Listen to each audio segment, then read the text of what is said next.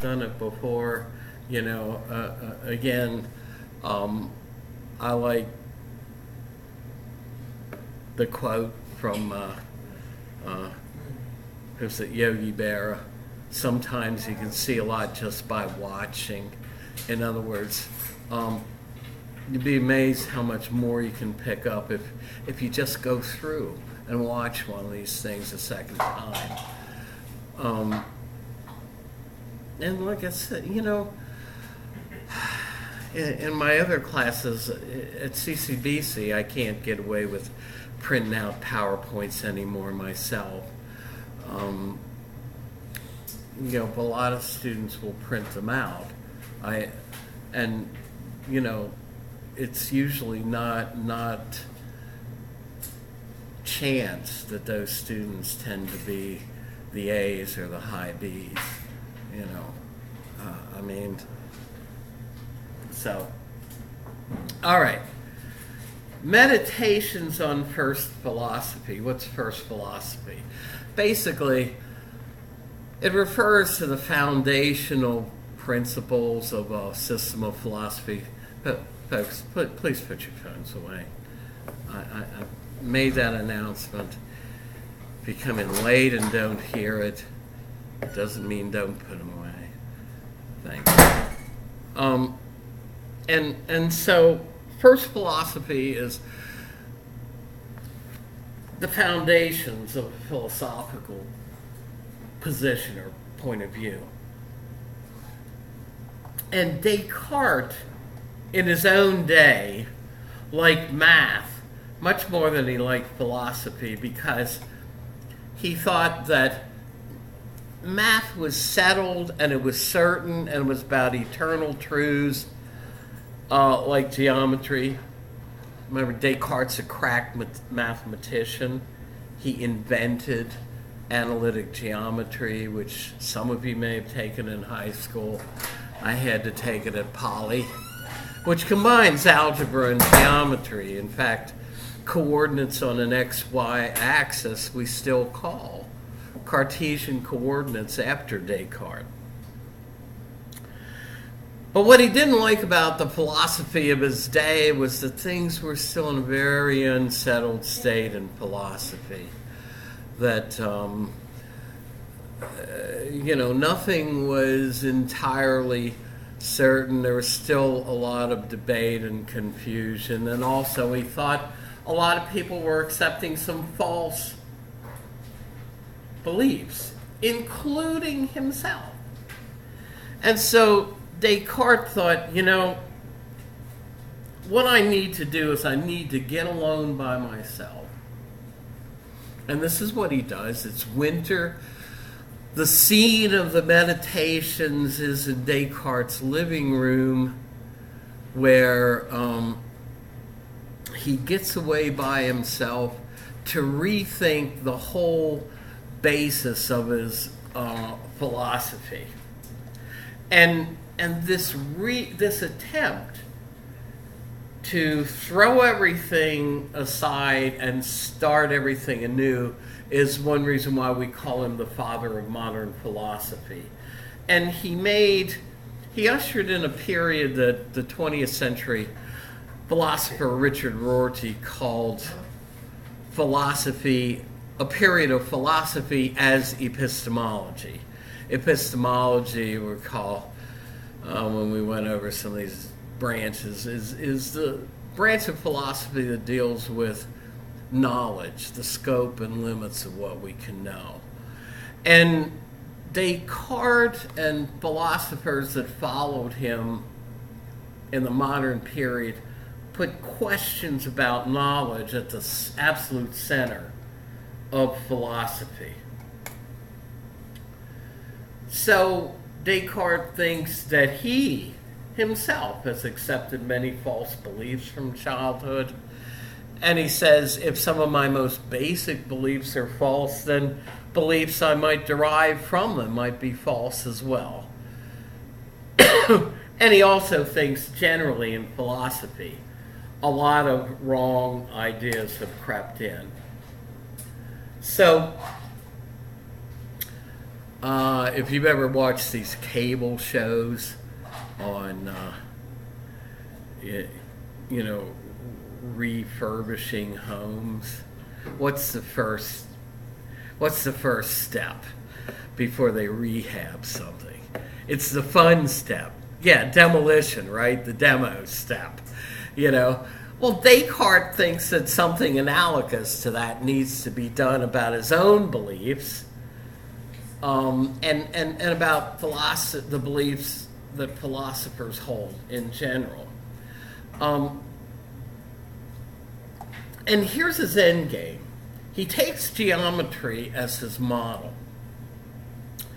And if you remember your plane geometry, the whole system was built on 4 or 5 basic principles, axioms. Everything else, all the theories, the corollaries to the theorems, the lemmas, are all derived from 4 or 5 statements that are so simple that their truth seems absolutely obvious. In other words, if I say to you the shortest distance between 2 points is a straight line, right? You say, well, of course. What else would it be, right? A straight line connecting those 2 points. Or if I said, well, you know, if we had 3 lines,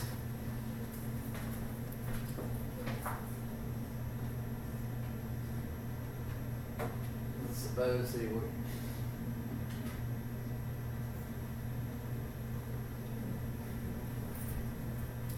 If we had 3 lines, A, B, and C, and let's suppose they were equal in length. Well, things equal the same things are equal to one another, right? So if A is equal to B, and C is equal to B, then it must follow that A is equal to C. You say, well, of course. Well, the point is, a system like Euclidean geometry that's built on axioms is an airtight system that contains only truths. How do you know that the theorems are true? Well, because they're derived by good inference rules that go from one truth to another. How do you know that the axioms are true? Because ultimately everything's derived from the axioms. Well, they're supposed to be self-evidently true. In other words, all you need to do is hear them, and you immediately assent to their truth. So Descartes takes geometry as the model for what he needs to do for knowledge in science and philosophy. That is, that he needs to find some absolutely true, self-evidently true, foundational principles on which to rest the whole of philosophic and scientific knowledge. And he thinks if he can do that, then everything derived from them is going to be true, and that the end result of this project is that knowledge in the sciences and in philosophy will be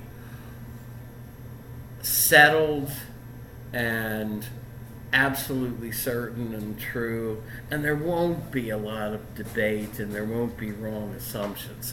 But before he can build, he's got to demolish, right? So he wants to demolish his current belief edifice and start again from foundations. Now, how does he do this?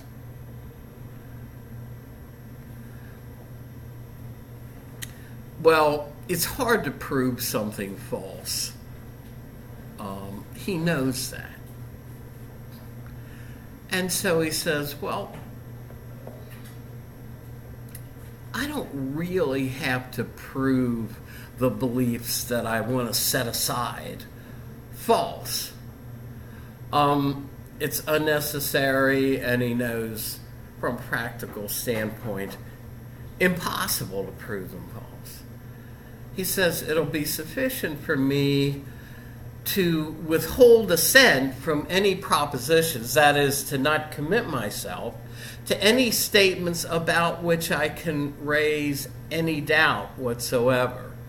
So he says I can doubt and set aside, as if they were false, any beliefs about which I can raise a doubt and that aren't absolutely certain. Right?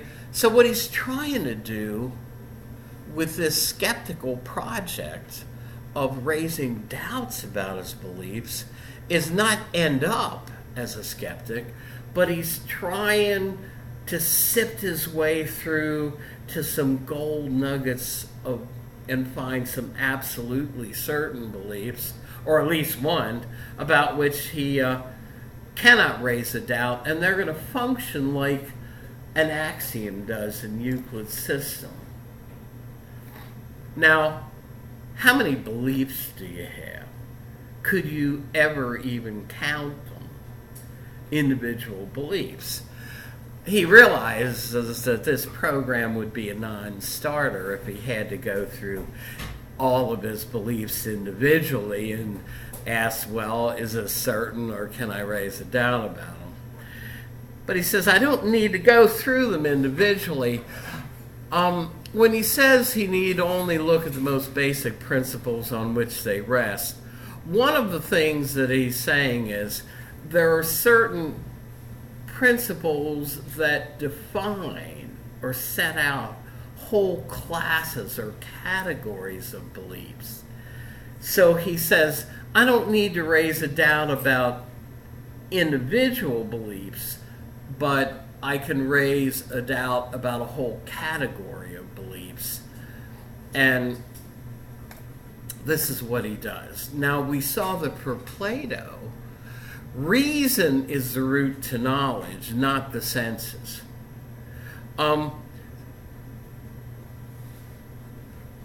We can say things like, there's a book bag on this table. I know there's a book bag on this table. There's no one in this room who wouldn't say, I know there's a book bag sitting on the table in the front of the room. Uh-huh. So, I guess the principle would basically that if he can see it or we can identify with one of the senses, then that means that he can identify it to be true, but if he can't see it or understand it or like feel it or smell something, that means that he will question it? Yeah, well, he goes farther than that. You'll see. But remember, for Plato, the only things that counted as knowledge are things that our reason can discern, that are about unchanging subjects that are always true, like the axioms of geometry. Statements about particular beliefs, like that there's a book bag on the table, or like in 1492 Columbus sailed the ocean blue. Those statements for Plato are only about opinions, even if they're about true opinions, like there truly is a book bag on the desk. And Descartes is in the same rationalist tradition as Plato. He wants to downplay the importance of the evidence we have from our senses and elevate reason as a tool that gives us deep insights into the nature of things. Now, that's what makes him a rationalist, among other things. Now, remember, I said if this approach seems a little unusual to you, it's because you and I have been trained in the other tradition in every science course we've ever taken, or even in middle school or when we were exposed. That is, we've been trained to be empiricists, to think that knowledge comes from the senses. For Descartes, as for Plato, the senses are secondary. It's reason that gives us knowledge. Yeah. So did he believe in God? Oh yeah, Descartes. Well, we saw Descartes gave us a form of theological argument to try to prove God. In fact, he needs God. So it's funny because you can't see oxygen, but you believe that you can breathe, but you can't see God either. So if he needs his son to get this point, then how can he just believe in God? Yeah. Well. I mean, Descartes basically at a point in his meditations gives us that version of the ontological argument we saw, and he has to at that point use an a priori argument, one that does not depend on observations from the world, because he has painted himself by that time into such a skeptical corner that he's doubting the existence of everything around us. And we're going to see how he gets there in a minute. So it shouldn't surprise any of us that the first category of beliefs that Descartes wants to see if he can raise a doubt about, again, folks, please put your phones away, are the beliefs we have via our senses. So the first principle he asks about is, we have this principle that we believe, that many beliefs based on sense experience are so certain that they're beyond doubt. Well, Descartes says, are they? Now, he understands that some beliefs based on the senses are doubtful. They knew in Descartes' day about optical illusions, right? The old bent stick in water trick, right?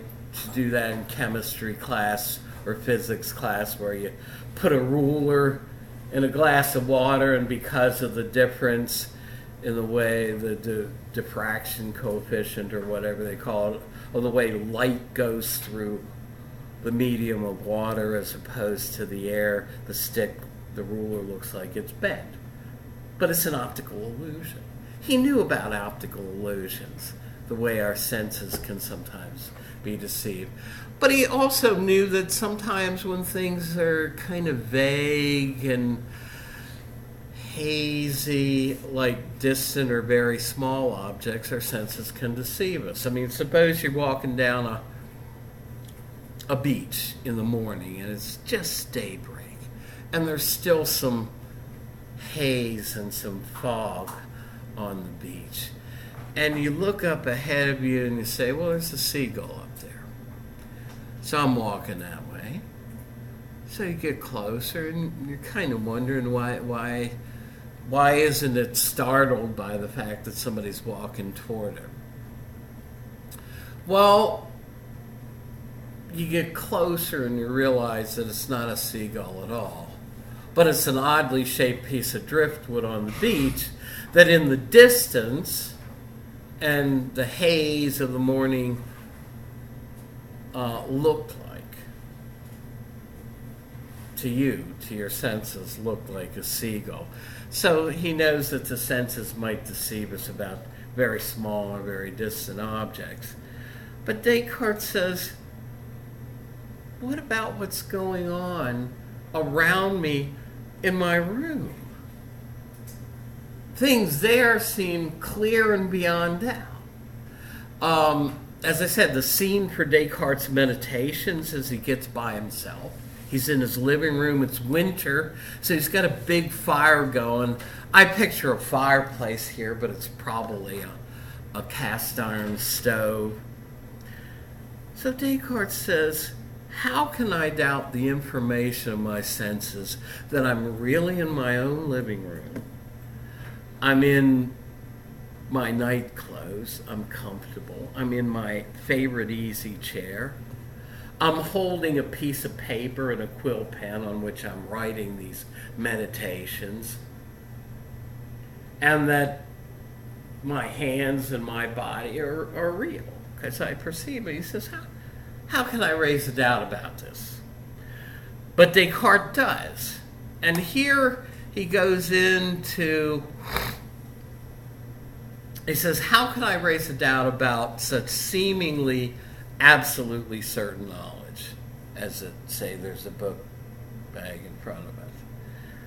Well, Descartes says, haven't I had very vivid dreams? Ones where I had similar experiences. I thought I was in my living room, sitting by the fire, just as I think I'm doing now. But Descartes says, I woke up from that vivid dream to find that these beliefs were false, and I'm really in my bed, and I'm unclothed. And so he raises the $64,000 question, if sometimes I could be dreaming, why couldn't I be dreaming all the time? In fact, why couldn't I be dreaming right now? And what seems so certain around me is just dream images, fictitious images. And so, because he can raise this doubt, and you say, well, wait a second, you can tell that you're not dreaming. Well, can you? Descartes thinks you can't. I usually have students weigh in if they want to choose an essay question on this. I guarantee you there will be one on whether or not you think there are any tests that can show for certain that you're not dreaming. Other philosophers disagreed with Descartes over this, Locke and Berkeley. But Descartes says, look, yeah, there are easy tests I could use to show I'm not dreaming. I can notice that my eyes are open. If I were asleep in bed and sleeping, my eyes would be closed, but my eyes are open, so I must be wide awake. I shake my head. He says, I touch out, reach my hand, say, hey, it's a real hand. I'm not dreaming. Now, what do you think Descartes' going to say about all this stuff? Can we, I was just ready to ask you about, like, other people, like, you can see all this now, but what you're dreaming. So now I'm thinking, like, a lot of people just saying all this, but if you're dreaming, then you want to see everything as if it's real. So even if your eyes are weak, and if you can look in the mirror and you can see your eyes, and you see that they're wide awake, you can still be asleep. Your mind can be processing what you are used to seeing. That's exactly what he's saying. He's saying, well, couldn't this image that I have of myself as standing here with my eyes open just be part of my dream? You know, and as well as an experience like reaching out and touching your hand. So Descartes is convinced that dreaming is not distinguishable from a waking state. That is, he's convinced that there are no ironclad tests we can use to show for sure that we're not dreaming now. That there are none he can use to show he's not dreaming now. So he says the obvious tests that are meant to distinguish a waking state from a dreaming state seem to fail. Things like, as you pointed out, noticing that our eyes are open or feeling our hand and saying that's a real hand. He says all of this could be done as part of my dream experience. So he says there are no sure signs to show that we are awake. And so he concludes from this that, well, how do I even know that my hands and my body are real? See, I don't agree with that last one because to me, I feel though that you're always going to know at some point in time when you're awake or not. Because me, most of my night terrors that I used to have when I was in like middle school, I would always die in the dream and then I would wake up. So ultimate test would be at the end of the dream what happens. How much of it can you actually feel? And when there's something going bad, are you really aware? Yeah. Well, as I said, this is an issue that we can debate, and so you're raising an issue that says, well, maybe there are ways to tell the difference. But Descartes' trying to convince us that there's no sure test. And he gets from that there's no absolutely certain way we can distinguish a dreaming from a waking state, or even that what we think we experience as real is real. Maybe these are just fictitious dream images. So I'm going to stop this.